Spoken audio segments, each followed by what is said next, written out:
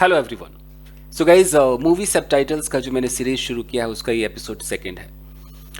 अब आज actually I am little upset with my viewers. क्यों अपसेट हूँ मैं आपको बताता हूँ। यहाँ स्क्रीन पर जरा देखिए गाइज, ये आप देख रहे हैं, ये है वो मेरा वीडियो, ये learn English from movie subtitles, ठीक है।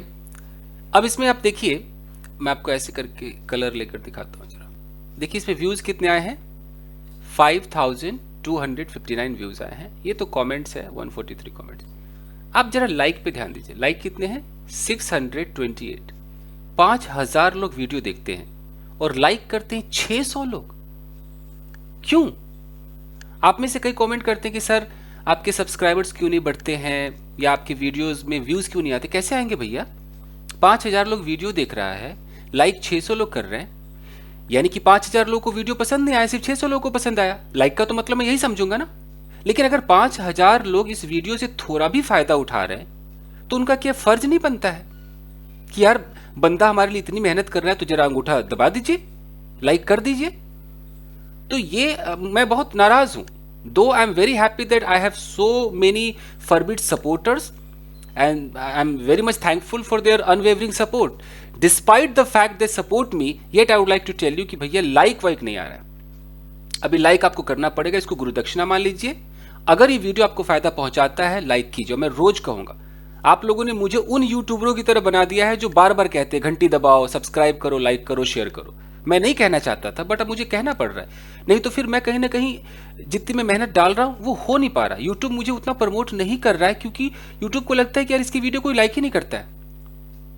तो आज का जो मेरा टारगेट है कि अगर इस वीडियो को भी 5000 लोग देखते हैं तो 5000 लाइक्स आने चाहिए। अगर आप देखते हैं और आपको पसंद आता है तो मान लो कि हर एक बंदा देखे और लाइक कर दे, तो जितने देखेंगे उतने लाइक्स अपने आप हो जाएंगे। कॉमन सेंस है। और पसंद नहीं आता है तो ठीक है। अब यहां मैं क्या समझू कि 5000 में से सिर्फ 600 लोगों को पसंद आया, बाकी को पसंद ही नहीं आया। ऐसा थोड़ी होता है यार। प्लीज आप बात को समझे और जरा करें। अब शुरू करें। चलिए गाइस, थैंक यू। चलिए गाइस, तो आज का ये जो आप पहला सीन देख रहे हैं, इसमें देखिए इन्होंने क्या यूज किया है। एक सेंटेंस यहां पर लिखा हुआ है कि व्हाट्स रॉन्ग विद हर। ये तो सबको समझ में आता है भाई, कोई बेचारी परेशान है या कोई बेचारा परेशान है तो हम कहते हैं what's wrong with him, what's wrong with her, हम ऐसा बोलते हैं। नीचे देखिए ये लिखा है कि it was the darndest thing. Darndest thing, ये जो डार्ंडेस्ट वर्ड आप देख रहे हैं ना, डार्ंडेस्ट, ये अंग्रेजों का एक स्लैंग है। स्लैंग का मतलब क्या होता है कि इनके यहां ऐसे शब्द चलते हैं जो फॉर्मल नहीं हो सकते हैं बट चलते हैं। जैसे हमारे यहां इंडिया में कोई कहता है भाई तू कहां जा रहा है, तो कोई कहां बोलता है, कोई बोलता है किंगे को जा रहा तू, तो किंगे भी बोलते हैं। तो ये जो किंगे है, अगर मैं बात करूं किंगे, तो किंगे मान लो कि ये एक स्लैंग है, एक पर्टिकुलर जगह पर ही चलता है। वैसे ही आप इंग्लिश मूवीज अगर देखते हैं, गाने सुनते हैं, उनके स्लैंग्स आपको आने चाहिए। ब्रिटिश के अलग होते हैं, अमेरिका के अलग होते हैं। तो ये स्लैंग है आपका डार्ंडेस्ट थिंग, इसका मतलब होता है सरप्राइजिंग थिंग।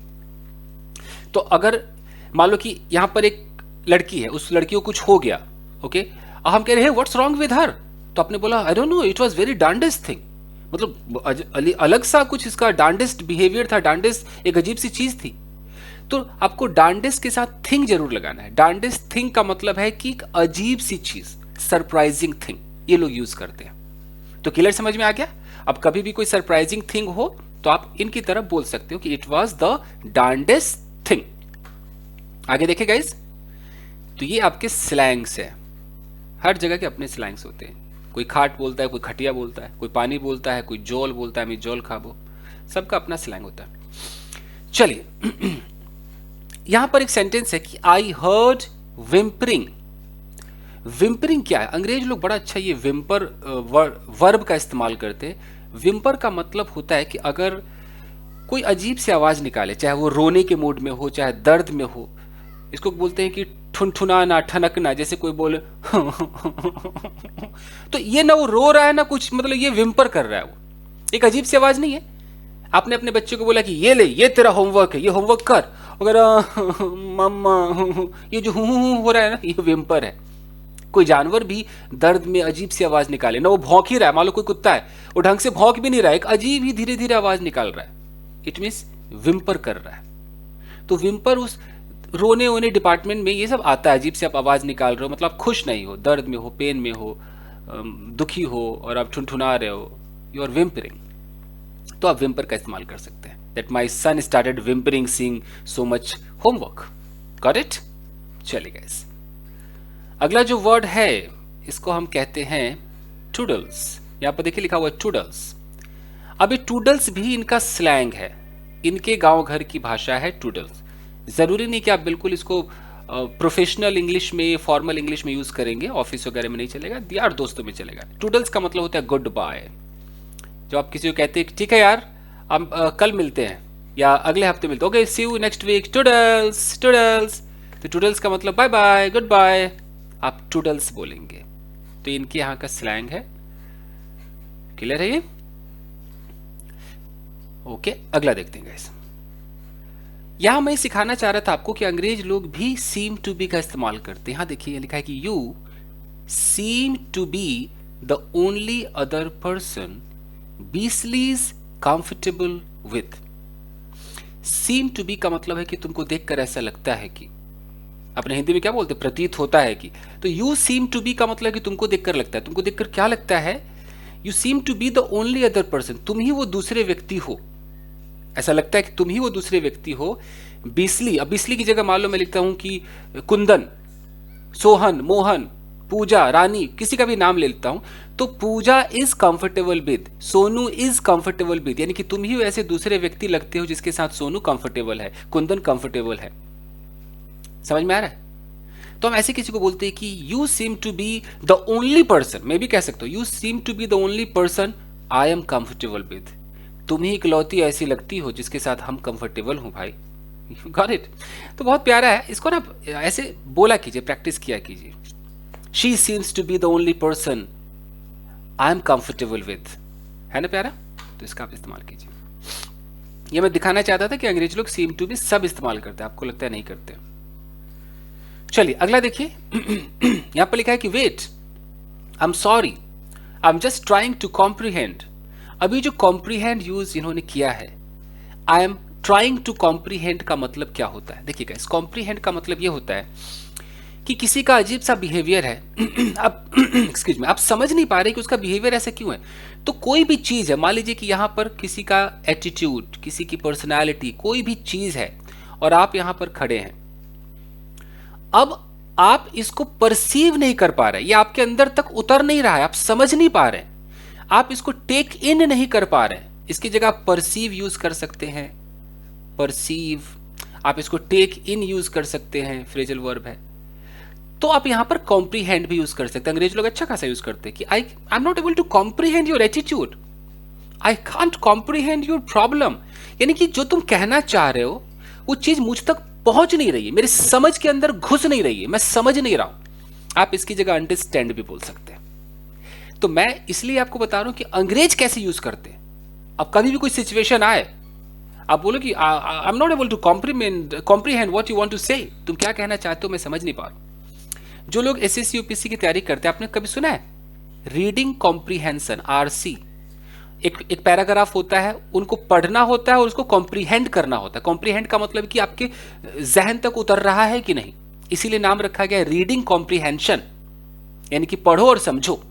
तो कॉम्प्रीहेंड एक वर्ब है, आप इसको कॉम्प्रीहेंड, कॉम्प्रीहेंडिंग, कॉम्प्रीहेंडेड बोल सकते हैं। ओह या, आई कॉम्प्रीहेंडेड व्हाट यू सेड, मैं समझ गया जो तूने कहा, आप ऐसे यूज करेंगे। क्लियर है? चलिए अगला देखें,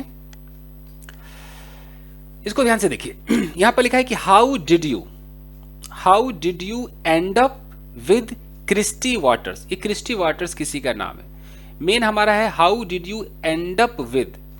अपने वीडियो में कई बार एंड अप सिखा चुका हूं। तो एंड अप का एक मतलब तो सबको पता है कि भाई मैं करने गया कुछ और कर बैठा कुछ और, वो एंड अप तो है। जैसे कि मैं बोलूं कि I went to watch action movie but ended up watching a comedy movie, ये एंड अप है।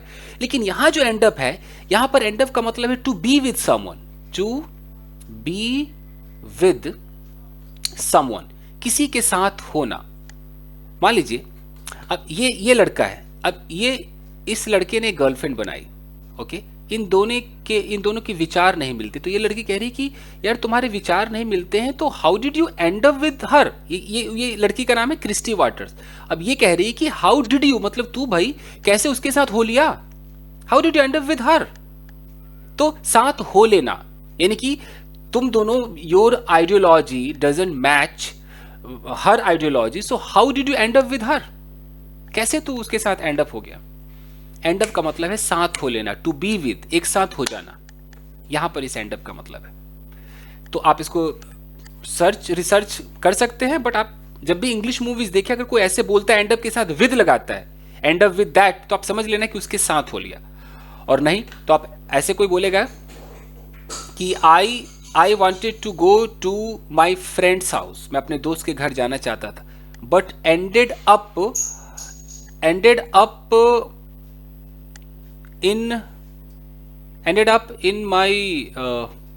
इन माई नेबर्स हाउस, यानी कि मैं पहुंच गया अपने नेबर के घर में, तो इन भी लग जाता है।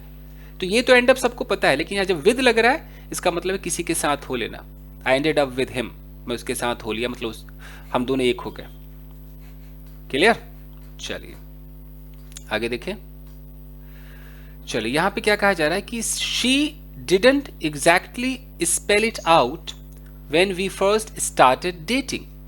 अब ये स्पेल इट आउट, इट को भूल जाइए, आते हैं स्पेल आउट।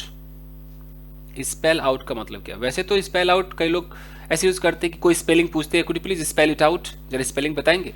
लेकिन स्पेल आउट का एक और मतलब होता है, स्पेल आउट का मतलब है एक्सप्लेन करो, चीजों को समझाओ थोड़ा सही से ताकि समझ में आए। तो she didn't exactly spell it out, उसने सही से इसको एक्सप्लेन नहीं किया। When we first started dating, जब हम पहले डेट करना शुरू किए, उसने इसको स्पेल आउट नहीं किया। आप कह सकते हैं कि excuse me sir, could you please spell out all the terms and conditions, जितने भी टर्म्स कंडीशन है उसको जरा स्पेल आउट करेंगे। स्पेल आउट का मतलब है कि आप जरा इसको डिटेल में बताएंगे, एक्सप्लेन करेंगे, ये होता है स्पेल आउट। तो कितना प्यारा फ्रेजल वर्ब है कि you must spell out all the rules and regulations, could you please spell out this term, spell out this condition।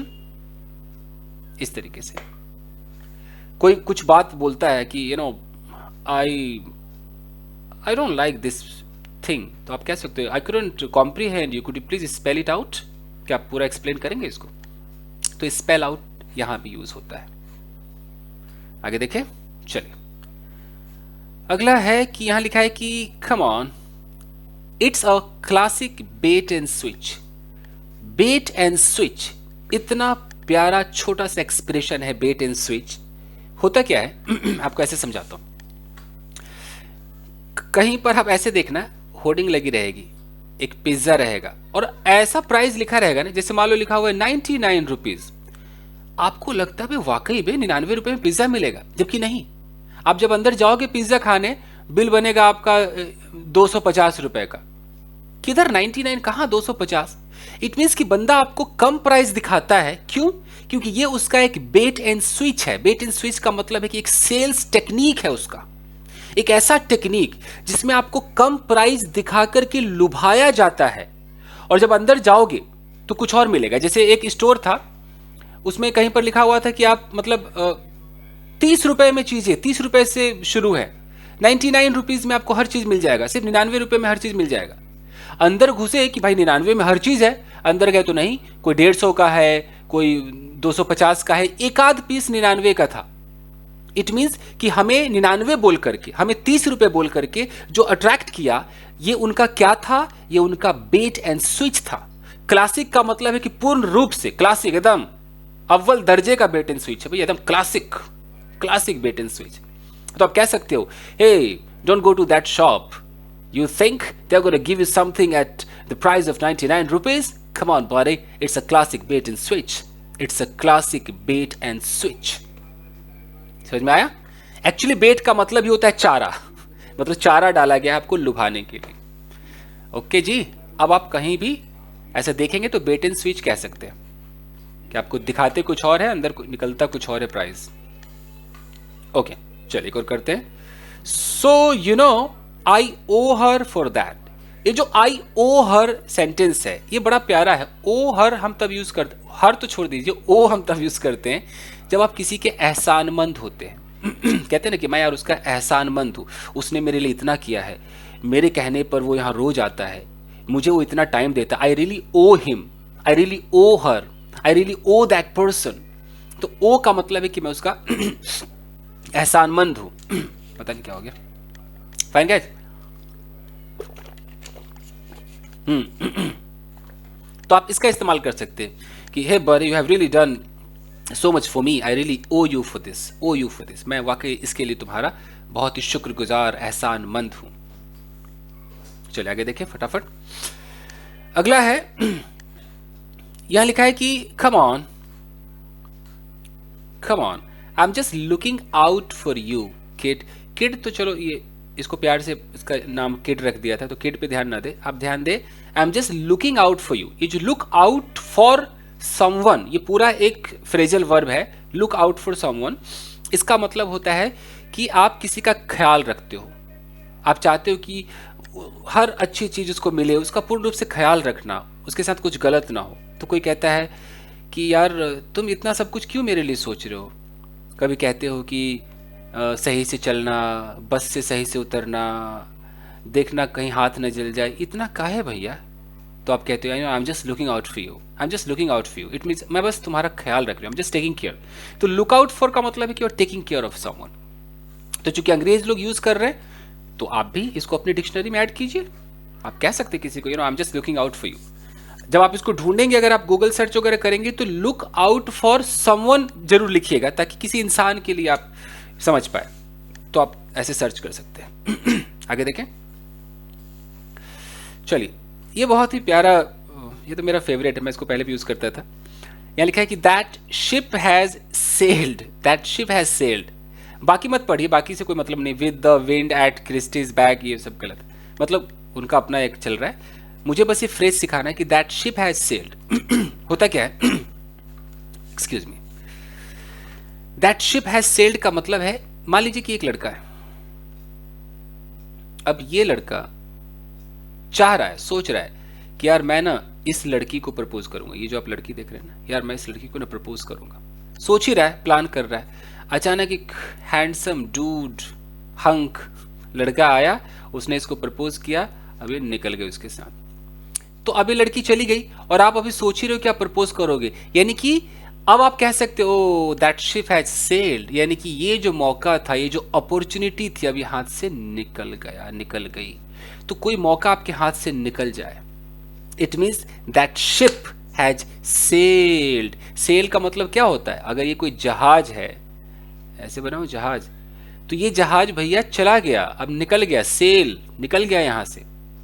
इसकी जगह आप कह सकते हो the train has left the station, train भैया निकल चुकी है, अब कुछ नहीं हो सकता तुम्हारा। तो आप कोई भी मौका अगर हाथ से निकल जाए, तो आप कह सकते हो कि now you are thinking to go there, भैया दैट शिप हैज सेल्ड, मौका गया तुम्हारे हाथ से। आप कह रहे हो यार बहुत दिन से मैं उससे मिला नहीं हूं, आज जाके मिल लेता हूं। No you can't meet, that person has gone, that ship has sailed, गया, दैट शिप हैज सेल्ड। तो आप कुछ भी डिबेट करो किसी से और डिबेट में बोलो कि now that ship has sailed, वो चला गया मौका। कैसे भी आप यूज कर लो इसको, कुछ भी। कोई आप ही के पास आता है, कहता है कि यार मैं तुम्हें समझ नहीं पाया था, अब तुम मेरे फिर से दोस्त बन जाओ, कह सकते हो sorry boss, that ship has sailed, अब तो गया, अब नहीं, वापस नहीं आएगा। Okay, fair enough guys. चलिए आगे बढ़ते हैं। अगला क्या है, यहां लिखा है कि you just have to bait the hook. देख लीजिए, बेट द हुक बहुत ही प्यारा है, ध्यान दीजिएगा, नोट डाउन कर लीजिएगा। यहां से शुरू है, बेट द हुक, और लिटिल की जो दी तो आपके ऊपर है। बेट द हुक क्या होता है, बेट द हुक का मतलब होता है चारा डालना। मैं कह रहा हूं यार जैसे कि यार लोग मेरे वीडियोस नहीं देख रहे, मुझ तक पहुंच नहीं रहे, तो कोई बंदा कहता है कि oh you just have to bait the hook, तुम्हें भैया चारा डालना पड़ेगा। नहीं होता है कि लोग थंबनेल बनाते हैं, खूबसूरत सी लड़की का फोटो लगा देंगे, अजीब से कपड़ों में लगा देंगे, तो जो व्यूअर्स होते हैं वो क्लिक करते हैं, आइला अंदर कुछ होगा, अंदर क्लिक किया, पता चला कुछ नहीं है। या आजकल मैं देखता हूँ कुछ न्यूज ऐसे थंबनेल लगाते हैं, कल से लॉकडाउन, भारत बंद। अब हम लोग सोचते क्या हो भारत बंद, हम अंदर क्लिक करते तो ऐसा लगता है अभी प्लानिंग चल रही है, प्रधानमंत्री बात कर रहे हैं कि भारत में कब लॉकडाउन लगेगा कि नहीं लगेगा, ऐसा होता है। It means they are baiting the hook. Baiting the hook का मतलब है कि वो चारा डालते हैं हमको लुभाने के लिए, कन्विंस करने के लिए। बेट द हुक, समझ में आ रहा है? तो आपने बेट द हुक भी सीख लिया और एक और सीखा था बेट एंड स्विच, कि अगर कोई कम दाम दिखाए और अंदर जाओ तो पता चला कुछ और ही है, तो बेट एंड स्विच। और ये आपका बेट द हुक, इसको आप वर्ब की तरह यूज कर सकते हो कि you have to bait the hook. If you want his attraction you have to bait the hook. तुम्हें भैया वो चारा डालना पड़ेगा तब जाकर के वो आएगा। ये होता क्या था पहले, जब मछली पकड़ने के लिए एक हुक होता है, एक हुक है, उस हुक में ना घोंघा जैसे स्नेल वगैरह या कोई भी कीड़ा ऐसे लगाना पड़ता है। और जब आप इसको, और आपके पास एक डंडा होता है जो फिशिंग करते हैं, जो आप इसको पानी में डालोगे तो जो मछली है ना, वो मछली इस बेट को देखता है, बेट मतलब उस चारे को, उस कीड़े को देखेगा और इसको खाने के चक्कर में व्हेन इट कम्स, ये बिल्कुल यहाँ पर इसके वो स्टक हो जाता है एकदम, और फिर आप उस मछली को खींच लेते हो। वहीं से बेट जो है ये फेमस हो गया। तो बेट द हुक का मतलब है वो चारा। क्लियर है? चलिए बॉस आगे बढ़े। याद रखिए अभी लाइक करना है आपको वीडियो को, अगर लाइक नहीं किया तो बीच बीच में याद दिला रहा हूँ, बहुत गुस्से में हूं मैं। ओके चलिए गाइस, अगला जो है हाँ यहाँ भी देख लिया आपने बेट द हुक। दोबारा अभी जैसे वो लड़की कहती तुम्हें चारा डालना पड़ेगा, कहती ये लड़की कहती बेट द हुक, चारा डालना पड़ेगा। तो ये तो आप समझ ही गए हैं। आगे हम देखते हैं, if you want him back, अगर तुम उसको वापस चाहते हो, you have to woo him. कितना प्यारा वर्ब है ये, वाव। सबने बोला होगा वाव। अब वाव तो आप ऐसे बोल देते हो, कोई चीज आपको बढ़िया लगता है आप कहते हो वाव, लेकिन आप वाव को वर्ब के रूप में भी कह सकते हो कि I want to woo him, मैं उसको ना इंप्रेस करना चाहता हूं। तो किसी को इंप्रेस करना, जो एक्शन है इंप्रेस करना, उसको हम वाव कहते हैं। I am just trying to wow that girl, मैं उस लड़की को बस इंप्रेस करने की कोशिश कर रहा हूं। डोंट ट्राई टू वाव मी, मुझको इंप्रेस करने की कोशिश ना करो मुन्ना। वाव प्यारा है, वाव। ठीक है आगे बढ़े। चलिए गाइस, वाव समझ में आ गया। नेक्स्ट अगला यहां पर है, इसने बोला कि listen I have a ton of patients in the morning. मैं बस ये टन ऑफ दिखाना आपको चाह रहा था कि जब आपके पास बहुत सारा कुछ होता है तो लॉट्स ऑफ तो आप बोलते ही हो, या अ लॉट ऑफ भी कहते हो, आप इसकी जगह अ टन ऑफ भी कह सकते हो। You know I have a ton of students, I have a ton of books to read, I have a ton of patients, I have a ton of work to do. तो ton of का मतलब है कि ढेर सारा, कैसे आप plenty of बोलते हो, लॉट्स ऑफ बोलते हो, उसी तरीके से टन ऑफ है। तो अंग्रेज टन ऑफ यूज करते तो आप भी यूज कीजिए, क्योंकि अंग्रेजी तो वहीं से आई है। चलिए आगे हैं, I haven't been able to make a decision yet. ये मैं इसलिए आपको सिखाना चाह रहा था, हम लोग जैसे कि एबल टू का इस्तेमाल करते हैं, एबल टू। तो एबल टू में आप कैसे बोलते हो कि यार मुझसे नहीं हो पा रहा है, तो आप क्या बोलते हो, आई एम कर देते हो, I am not able to, ऐसे बोलते हो ना। You know I am not able to do this work, मैं इस काम को नहीं कर पा रहा हूं, यार मुझसे फैसला नहीं हो पा रहा है। I am not able to make a decision. तो I am, you are, he is, she is, I was, ये सब तो ठीक है, लेकिन आप चाहो तो हैवेंट बीन, ये जो एबल के पहले आप पूरा इसमें आप हैव बीन लगा सकते हो, नेगेटिव में हैवेंट हो जाएगा। अब आप कोई कहता है कि I haven't been able to make a decision, तो क्या अंतर है कि I am not able to make a decision. अगर मैं यहां पर लिखूं, जस्ट मिनट, चीजों को समझिए। If I write here, let me take this, okay, if I write here that I am not able to make a decision, और मैं यहां पर लिखूं कि I have not been able to make a decision, क्या फर्क है भैया? I am not able to का मतलब कि इस वक्त भैया मैं कोई फैसला नहीं ले सकता हूं, मेरे मुझसे नहीं हो पा रहा। I have not been able to का मतलब है कि काफी लंबे समय से, मतलब मैं अब तक, जब से मैंने सोचना शुरू किया होगा तब से लेकर अब तक की स्थिति यह है ना कि भैया मैं फैसला नहीं कर पा रहा हूं। I have not been able to make a decision, मैं फैसला नहीं कर पा रहा हूं। इसमें टाइम दिखता है, आप टाइम दिखाए या ना दिखाए, आपके इस हैव नॉट बीन बोलने से पता चल जाएगा कि अभी की बात नहीं कर रहा है, ये बहुत टाइम से सोच रहा है, डिसीजन लेने का कर नहीं पा रहा है, ये होगा। क्लियर है? चलिए आगे देखें, ये क्या हो गया भैया, रबड़वा। चलिए नेक्स्ट है आपका ये मैं इसलिए बताना चाह रहा था, ये वाला यहां लिखा है कि when is the last time you went shopping. अंग्रेज लोग गो शॉपिंग का इस्तेमाल करते हैं, आपने सुना तो जरूर होगा गो शॉपिंग। क्या कहां कहां गो लगाते, जैसे गो शॉपिंग, जो मुझे याद आ रहा है, वो कहते गो स्विमिंग, गो स्विमिंग। उसके बाद वो कहते हैं गो मैड, वो कहते हैं गो वायरल। देख लीजिए कहाँ कहाँ, इसके बीच में वो कोई प्रेपोजिशन नहीं लगाते। तो यार मैं शॉपिंग गया, आई वेंट शॉपिंग। हम लोग इंडिया में क्या करते हैं, हमें अच्छा नहीं लगता है तो हम फिर वेंट फॉर शॉपिंग, फॉर लगा करके अपने आप को तसल्ली देने लगते हैं कि नहीं यार मजा नहीं आ रहा है, फॉर लगा देते। अंग्रेजों की तरह सीखिए ना, तो हम कह सकते हैं when is the last time you went shopping. वो लास्ट समय कौन सा है भैया जब तुम शॉपिंग गए थे? I am going shopping. Hey are you going shopping? I want to go shopping, I want to go shopping, I want to go swimming. Hey let's go swimming, चलो स्विमिंग करने चलते हैं। Hey he has gone mad, वो पागल हो गया है। Don't go mad, पागल मत हो जाना, don't go mad. Have you gone mad? He went mad yesterday.